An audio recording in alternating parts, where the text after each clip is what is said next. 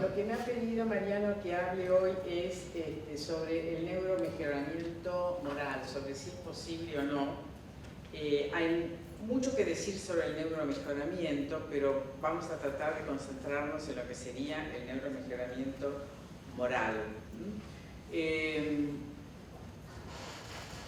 Ya se ha hablado bastante sobre lo que es el transhumanismo y no voy a agregar nada.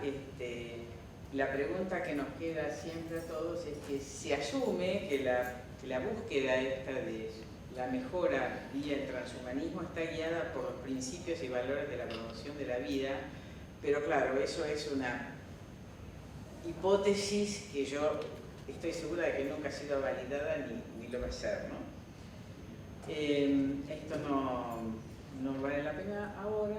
Lo que sí es que estas serían las tres preguntas más importantes que nos deja toda esta cuestión. Es decir, ¿todos vamos a ser mejorados o toda nuestra descendencia va a ser mejorada? ¿Los mejorados serán o no humanos? Y la otra pregunta, que es la pregunta ética, es si debemos ser mejorados, si hay un imperativo moral que nos obligue a la mejora. Entonces, para pasar directamente a lo que sería la posibilidad concreta de este tipo de cambios a nivel de la moralidad, que implica una forma de conducta, lo primero que quiero contarles es si es posible cambiar de manera intencional y con un propósito determinado el funcionamiento del cerebro. Porque, por supuesto, uno va caminando por la calle, le cae un ladrillo en la cabeza y el funcionamiento del cerebro cambia, pero esta no es la idea, ¿no? Y entonces les voy a dar dos ejemplos de la plasticidad del cerebro, que realmente es capaz de adaptarse a distintas modalidades sensoriales que no son necesariamente las que habitualmente percibimos por las modalidades que conocemos, la audición, la visión, el olfato, etc. En todas estas cosas, en todas estas hasta ahora situaciones que son de tipo experimental,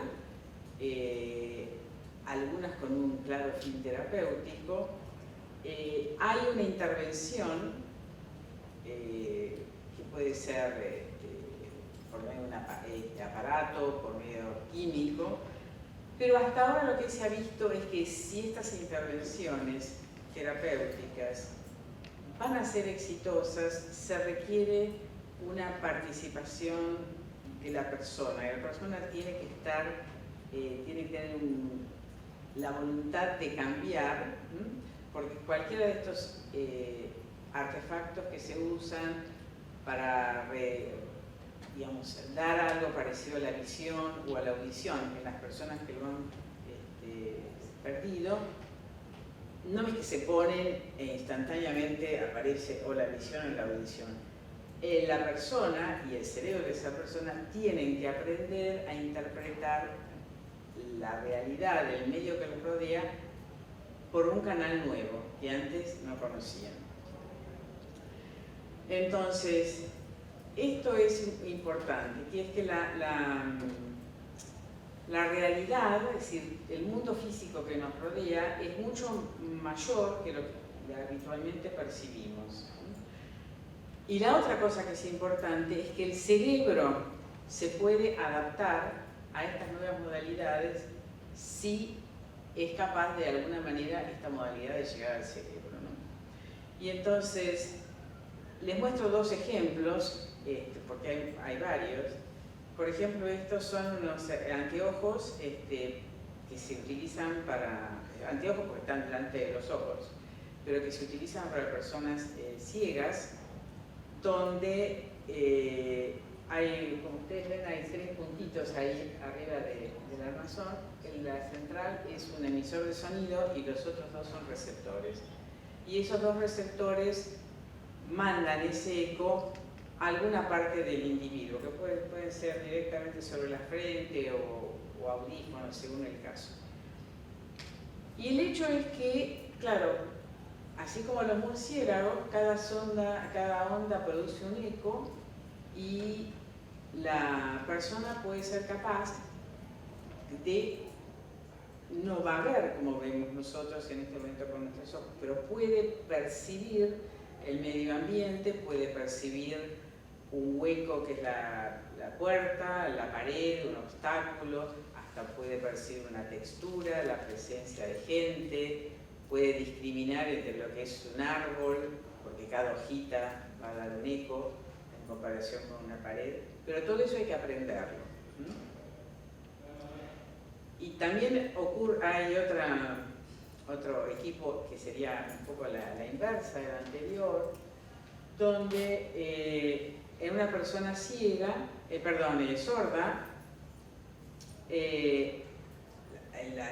las vibraciones auditivas no pueden llegar a sus oídos porque hay alguna obstrucción, pero pueden activar algunos motores sensibles a la vibración que se los ponen en un chaleco. Y también, nuevamente, esas vibraciones que además están topográficamente ubicadas, se transforman en información que el cerebro puede usar. Recuerden además que en este momento el cerebro de estas personas tienen, en razón de que le falta un sentido, tienen una especie de capacidad vacía, y entonces usa mucha parte de la parte que antes dedicaba a la visión o a la audición para utilizar o para interpretar esta información. Entonces, muchas de las cosas que uno imagina que pueden cambiar el cerebro son en principio posibles en función de esta plasticidad que tiene el cerebro para adaptarse a distintas formas de información. Ahora, ¿qué pasa con las neuromejoras morales? Antes era bastante claro, en las que les mostré antes, faltaba un sentido, un canal de información, lo transformo en otra modalidad y la persona lo percibe. Pero ahora la cosa es como mucho más interna, porque yo lo que voy a querer hacer es cambiar la persona humana, cambiar su carácter, sus motivos, sus conductas. Esto no es una cosa muy extraña, porque de hecho es lo que hacemos desde que nacemos, porque los padres nos mandan al colegio y a medida que uno va adquiriendo raciocinio, dice yo quiero ser mejor, y estudia, piensa, discute, millones de cosas diferentes. Entonces, la neuromejora supone la posibilidad de alterar los estados cerebrales, pero ahora ya no con esta cosa de, bueno, a mí me interesa ser mejor, sino porque de alguna forma externa un estímulo químico, físico, va a hacer que mi cerebro, en función de ese determinante externo, se vuelva mejor. Y esta es la pregunta que vamos a tratar de responder de si es posible o no es posible al momento actual. A futuro hay tantas incógnitas que yo en este momento podría decir me parece que no, o no siempre, pero también hay muchas chances de que sí sea posible. Entonces, ahora acá tengo que hacer dos cosas para que esto se entienda. Hay una historia de lo que serían los estímulos químicos que pueden cambiar la conducta de lo que sería, ya no, porque no podemos hablar de la moralidad de los animales, pero sí podemos hablar de la sociabilidad, del cuidado de la familia, etcétera, que son vínculos parentales y sociales en los roedores y que se puede demostrar que dependen de la actividad de ciertos neurotransmisores y que además pueden ser modificados activando o bloqueando los receptores o las vías de esos neurotransmisores. Entonces, seguramente muchos de ustedes los conocen. Muchos de estos estudios se han hecho con estos ratones, que son ratones de campo. No sé exactamente cómo se traduce balls en castellano, pero digamos que son ratones de campo Y entonces hay muchas variedades, algunas variedades son monógamas y otras son polígamas. Este es el bol de la pradera y ahí está la pareja de padres con sus crías que los están cuidando, mientras que tienen este otro que es el bol de la montaña, que en general anda solo, anda en la suya, él o ella. Y entonces las diferencias son, los de la pradera son muy sociables, son monógamos, forman parejas duraderas, pero esta pareja se forma después de un primer apareamiento. Es decir, ese apareamiento inicial, después si tengo tiempo les cuento cómo, cambia la conducta de los dos miembros de la pareja. Ambos padres van a cuidar a las crías y las crías entonces se quedan varias semanas en el nido, lo cual les da oportunidad a los padres de enseñarles algo. Y hay una especie de cierta factor que parece contraproducente, porque es tal la unión entre la pareja y la necesidad de proteger a su cría que aumenta la agresión selectiva hacia otros miembros de la misma especie que andan rondando por ahí. Y los de la montaña son solitarios, son promiscuos, no forman una pareja después del apareamiento, cada uno sigue por su lado, los machos no participan en el cuidado de la cría y las madres, bueno, se quedan con las crías el tiempo mínimo para darles de mamar y a las 2 o 3 semanas se van del nido y las dejan solitas a la cría. Claro, esto a uno le hace claramente pensar esto que tiene que ver, porque estas conductas se ven en la especie humana, ¿no? Es decir, digamos ya uno entra.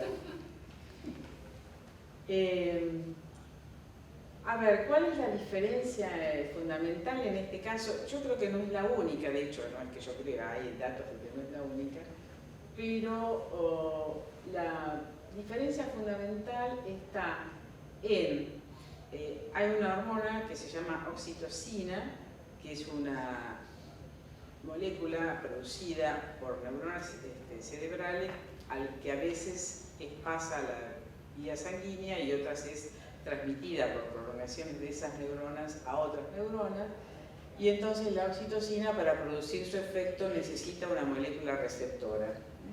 Y entonces ahí está marcado en negro la distribución del receptor de oxitocina. Y entonces arriba está la diferencia entre el ratón de la pradera y el ratón de la montaña.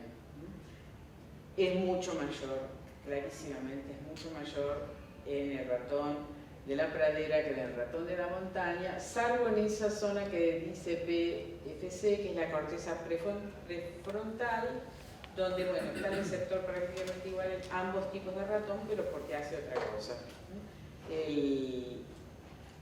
La localización del receptor importante es donde dice NACC, que es el núcleo accumbens, y en el K2-glutamen también es importante porque es diferente, pero digamos el que es crítico es el del núcleo accumbens. Ahora, fíjense que acá tenemos el cerebro de 2 ratones de la pradera. Antes de tener una experiencia maternal, es decir, antes de haber formado una pareja y de haber tenido su cría, en realidad hay relativamente poco receptor en el cerebro, pero después de la experiencia maternal adquiere esa distribución que vimos antes como característica del ratón de la pradera. Ratones estos de campo hay muchos y hay algunos que son monógamas y otros que son polígamas. Yo no voy a seguir mucho más con esta cosa, pero bueno, se han hecho todas las pruebas posibles que demuestran que este fenómeno es primero de causa genética, porque tiene que haber una cierta diferencia en la disponibilidad de oxitocina, y después cambios epigenéticos, es es decir, cambios en la expresión de los genes que ocurren precisamente en el momento del apareamiento. La otra cosa interesante es que los ratones de la pradera y no los de la montaña son capaces de consolar a sus amigos, no necesariamente a su pareja, sino también a todos los otros miembros de su grupo. Como ustedes ven, la imagen ahí de los dos ratoncitos es muy dulce, uno lo está como acariciando al otro. Y entonces acá la situación experimental es que se ponen a dos ratones juntos, de manera que pueden ser parejas o pueden ser ratones del grupo que los dejan un rato juntos. Y entonces sacan a uno, lo aíslan del otro y le hacen alguna maldad, generalmente, que es como digamos, o lo someten a ruidos intensos o le dan un leve choque eléctrico en las patitas, es decir, que lo hacen sufrir, no mucho, pero un poquito. Y bueno, cuando vuelve al lugar común, el otro ratón lo recibe, lo acicala, lo que es el grooming, que es una manera de mostrar afecto y cuidado del otro en los roedores. Y la duración del acicalamiento va a depender del grado de estrés que sufrió el otro. A pesar de que el ratón que quedó solo no vio ni percibió, así que de alguna manera hay una comunicación. Es notable porque este comportamiento, que es típicamente humano, en los humanos se desarrolla recién en el segundo año de vida y hasta ahora solo se había observado en animales grandes, en los monos, algunos monos, por ejemplo, los macacos no lo tienen, pero los monos más grandes sí, los perros, los ciervos y los elefantes. Por supuesto, el ratón de la montaña no. Ahora, ¿qué tiene que ver esto con los humanos? Y ahora la cosa se complica porque en este momento la cosa de los ratones se conoce de más o menos desde la década del 90, desde el principio del 90, 91. Pero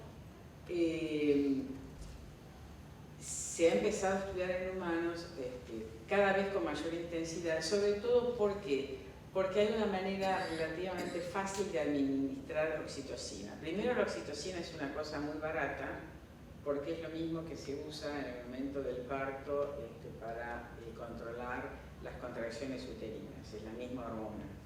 Entonces está disponible, no hay ninguna contraindicación para usarlas, a lo que sean grandes cantidades, no hay ninguna patente que la proteja, porque ya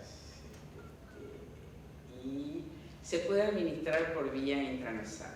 Entonces, por vía intranasal llega directamente al cerebro. Y entonces, en este momento, para de la oxitocina lo dejamos, cuando es un campo así tan complejo, simplemente me parece interesante ver los números. En este momento, los estudios que sugieren una asociación entre oxitocina y comportamiento humano son 1900. Y tengan en cuenta que de estos números que les muestro, el 80% son de los últimos 2 años. Comportamiento social, 900 y pico. Comportamiento parental, 400. Trastornos del espectro autista, 180. Empatía, confianza. Y entonces está la literatura médica y pseudomédica llena de los grandes beneficios de la oxitocina, porque ya no solamente afectaría al comportamiento paternal, sino también al comportamiento social. Y eso parece una cosa interesante en función de cómo se manejan los negocios, cómo se maneja, digamos, hacia la generación de violencia, etc.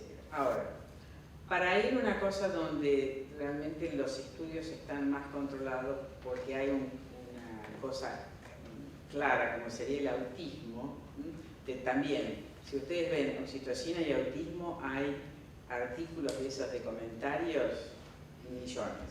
Pero en realidad, hasta el momento hay 36 estudios clínicos en el registro de Estados Unidos y 9 en el de EMEA, que son los estudios europeos. Casi todos son de fase 1 o de fase 2 y solo uno tiene resultados que los ha publicado.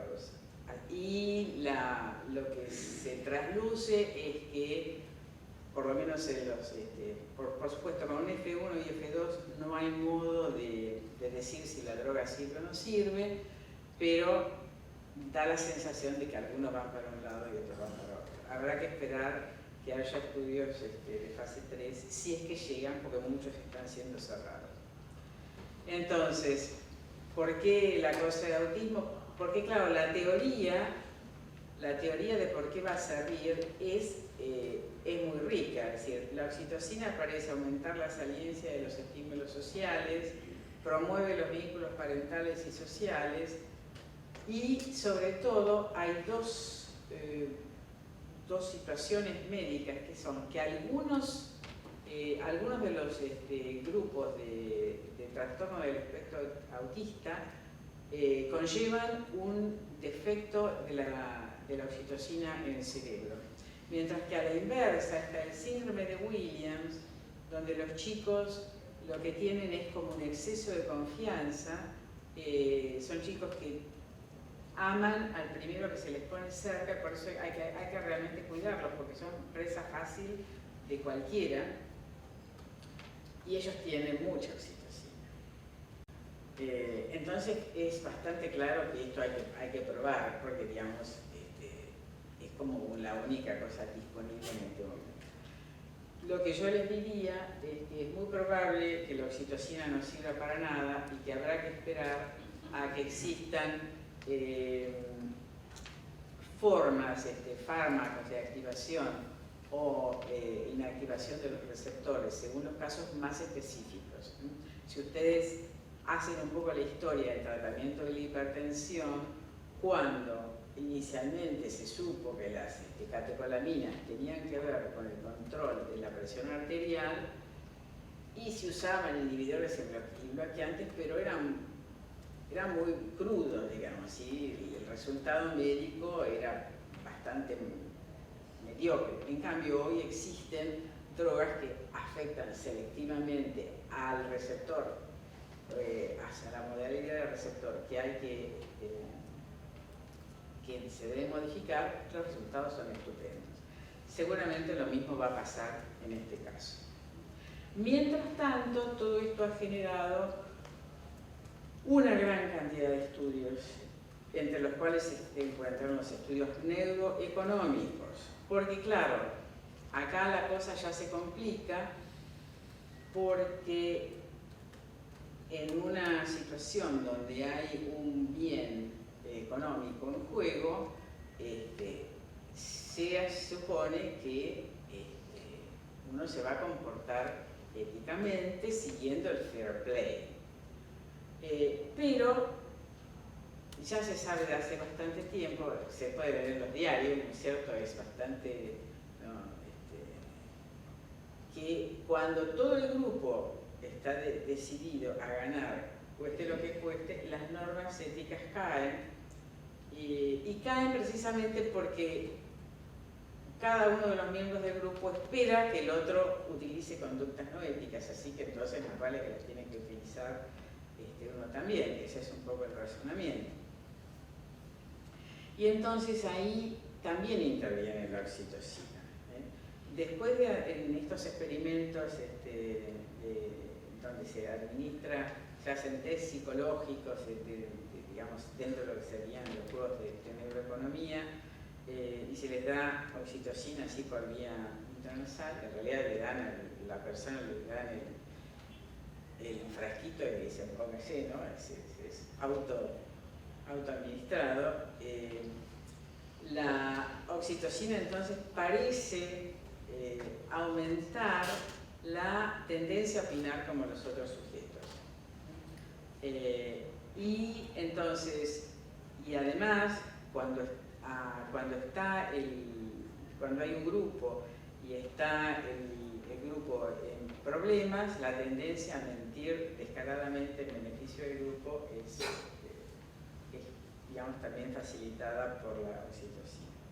Ahora, hay que tener una cosa, estos datos son estadísticamente significativos, pero no son diferencias de 10 a 1.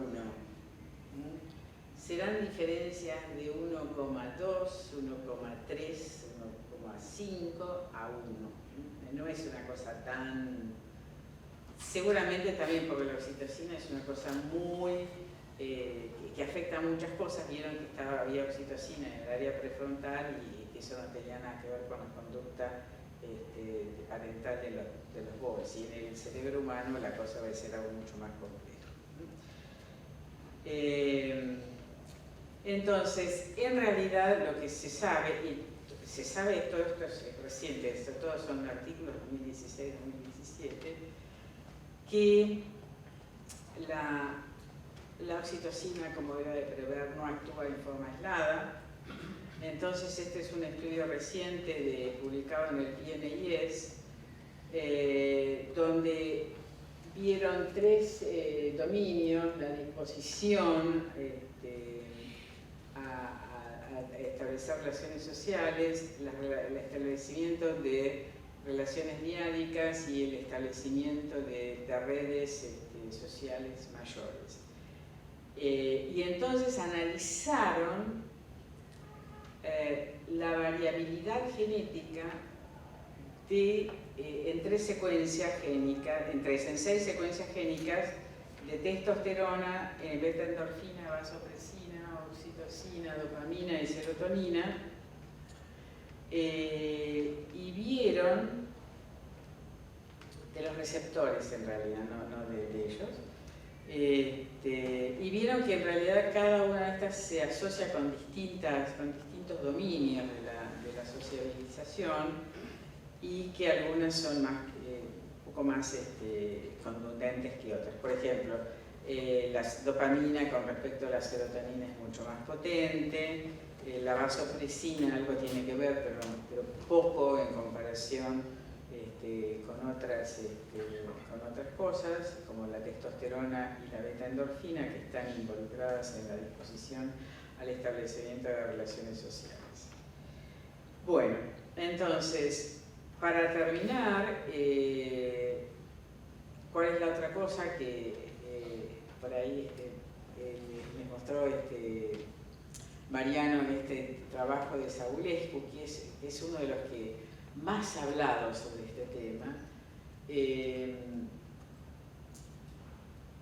Y entonces Savulescu es de los que piensa que es necesario y es bueno para la humanidad proseguir estos estudios hasta que seamos capaces de modificar las conductas humanas. Es decir, la verdad que este no es el momento ni el lugar para discutir, porque eso da lugar para una futura reunión, pero es increíble cómo él y el grupo de gente, que es la escuela esa de Oxford, están absolutamente convencidos de que esto va a ser bueno. Que habrá algunas cosas que van a salir mal, seguramente, pero que en principio no. Y entonces, a nivel de lo que sería el amor romántico, también parecen estar modulados por la oxitocina, pero las otras también actúan, aunque no se sabe muy bien cómo, pero hay cosas que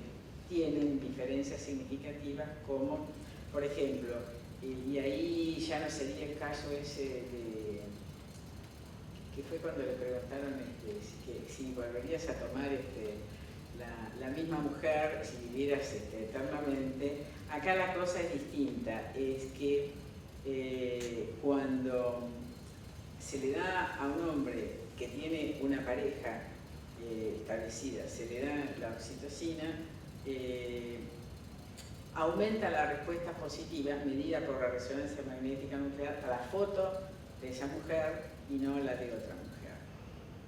Y lo mismo cuando se lo pone en una situación donde se lo pone cerca de la mujer, de su mujer o de otra mujer, mantiene mucha más distancia con la otra mujer que es con la propia. Y entonces, claro, de alguna manera el temor de esto es la medicalización del amor, es decir, como que vamos todos a ir, bueno, a ver, necesito armar una pareja, entonces vamos a ver al médico para que me dé, más o menos como en el cuento, de Blancanieves, que le daban la poción de amor y el primero que veía se enamoraba, ¿no? Tiene algo de esto. Y bueno, y para terminar, sí, Huxley la tenía, yo creo, muy clara. Y por supuesto, Saulesco diría que esto no va a ser así porque estamos todos inclinados y todo esto se está haciendo en beneficio de la especie humana, pero yo me imagino que todos empezamos siempre las cosas con la idea de hacerlo bien y hay tantas cosas en el medio que digamos, de alguna manera complican. Básicamente, yo creo que el error más grave no está en decidir que voy a seguir con esto o que voy a seguir con este proyecto a pesar de que ya le encuentro aristas que no son éticamente agradables, pongamos por caso, sino el centrarse en que lo que yo conozco en este momento es la única verdad. Y todos ustedes saben, o seguramente lo han leído, que en la época de los 30, 40, se suponía que o eliminando la testosterona se iban a poder cambiar las conductas de personas que tenían conductas antisociales. Y realmente eran terribles, primero porque no hacían nada y segundo porque además las drogas que tenían para bloquear la testosterona en esa época eran malísimas. Así que bueno, creo que esto simplemente da pie a que sigamos charlando sobre el tema. Bueno, nada más.